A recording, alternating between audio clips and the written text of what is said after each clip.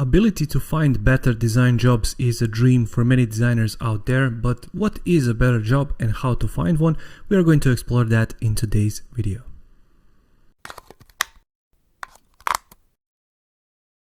Hey designer, Alex here, welcome to the channel, and before we get started with today's video, make sure to check out my membership. Link is going to be down in the description below.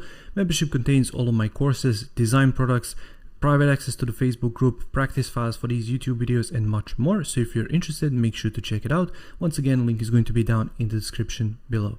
So how can you find a better job? Well, before you start searching for a better job, make sure to understand what is a better job for you. Is it to get more money? Is it to get more recognition? Is it to get more involvement in the project, in working with your teammates? Is it working in a big team, small team? Is it working freelance, working outside of the office, or working inside of the office directly with the design directors, for example, or senior superiors? What is your design job? What is your dream job? What is what's going to fulfill you the most? What is it that you strive for in your design job?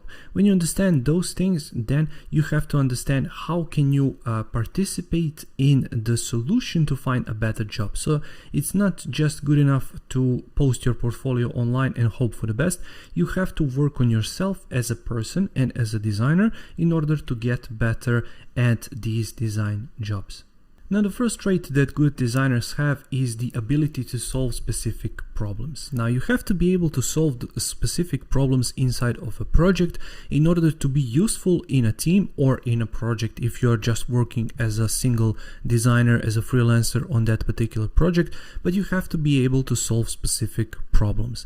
In order to solve those specific problems, you have to have specific skills, you have to have thinking skills, you have to have ability to understand what are the actual issues that your client might be facing and how can you solve those issues and things like that. And already recorded a lot of the videos here on the channel, and you can go back and watch some of them just to understand what are some sort of things which are involved in the ability for you to solve specific problems. Next thing is you have to be able to present those problems in a portfolio. You have to come up with solutions, and then you have to put those solutions in terms of a design into your portfolio, into your presentations, either for your clients or for your future clients. But regardless, you have to be able to put those things in a presentations so your current or your future clients have to understand how did you come up with that particular solution, why, and how is it going to benefit their business, and that's what you need to work on in order to present it in your portfolio.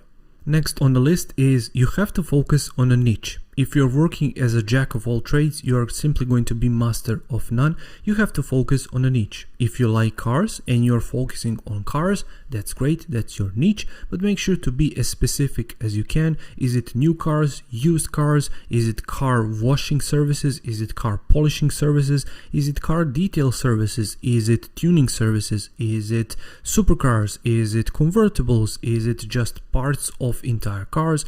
All of these things which I just mentioned are niches of the main topic, which is cars. You can apply that to anything that you want. For example, e-commerce, sales, technology, fashion, beauty, whatever you are doing, make sure to focus on a niche. Don't go extremely niching down because chances of businesses in that niche are very small, but just start with a bigger niche, for example, and then start niching down even more. Once you start actually working with those clients, understand what are their problems, how can you solve those problems as a designer, and how can you generally improve those businesses. When you understand these things, majority of these clients which are going to come to you for work later are going to see your previous work and understand that you are actually able to solve the issues that they have, and they're going to hire you because they see that that you worked in that particular niche that they are in, rather than hiring somebody who has worked in fashion, in retail, in sales, in cars, whatever else. If you focus on a single niche, put that niche in your portfolio and then search for clients in that particular niche, chances of you are getting a job are much better than for somebody else who is just browsing through that niche and perhaps has one client project in the future. Next up is, are you going to work for an agency or a freelance? And these things differentiate quite a lot. If you're working as a freelancer, you have the time on your hand, you can set the deadlines, you can set your own schedule, you can work whatever you want, you can work in your sweatpants, you can work from the beach, whatever you want. You are your own boss, but this entails to many other problems down the line. For example, you have to manage your finances, you have to manage your time, you have to manage your invoices, you have to manage your bank details. All of those things are on you because you are your own boss and you are the only one who is working in this business. But on the other hand, if you're working as part of an agency, that agency is going to take care of you. They are going to find jobs for you. They are going to give you certain parts of those projects to work on. They're going to be able to direct you in certain ways. For example, this thing is not that good, try this thing, and give you specific feedback on your work. Well, if you're working as a freelancer, you don't have anybody to rely on. If you're working as a freelancer, you can join my membership, for example, to get direct feedback on your work and on your skills, or you can join other free Facebook groups out there and then post your work there and hope for the best that somebody is actually going to give you specific feedback. But those two things work quite differently. Also, working as a freelancer, you can charge much more, you can earn much more money than by working in an agency, because in majority of cases, when you work in an agency, you just have fixed salary and that's basically it. While if you're working as a freelancer, you can take as many client projects as you want and you can earn as much money as you want from freelancing.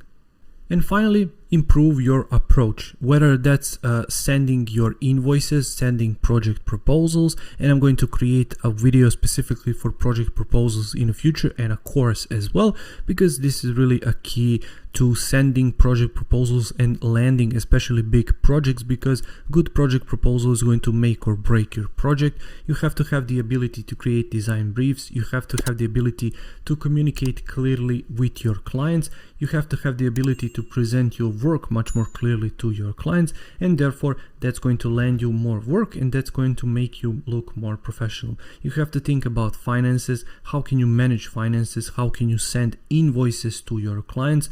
Where are you going to be able to receive money? Is it through PayPal? Is it through bank wire? Do you have a company? If you do have a company, what kind of a company it is? And all of these sort of things is what comes with experience, what comes with work, what comes with communication with your clients, your teammates, and peers in this industry. So you have to understand all of these things if you want to achieve that sort of a pro level and to charge more money. Even if you don't, even if you're just starting out and you just want a few projects here and there, you have to understand basics of how all of this works, and you have to be able to look as much more professional as you can than just a designer who is receiving PayPal payments on their Behance portfolio. Thank you for watching today's video. I hope you found value in it. If you did, make sure to press that like button. I upload new videos every single week on design, passive income techniques, Adobe XD, and much more. So if you're interested in content like that, make sure to subscribe, and I'll see you in the next video. Take care.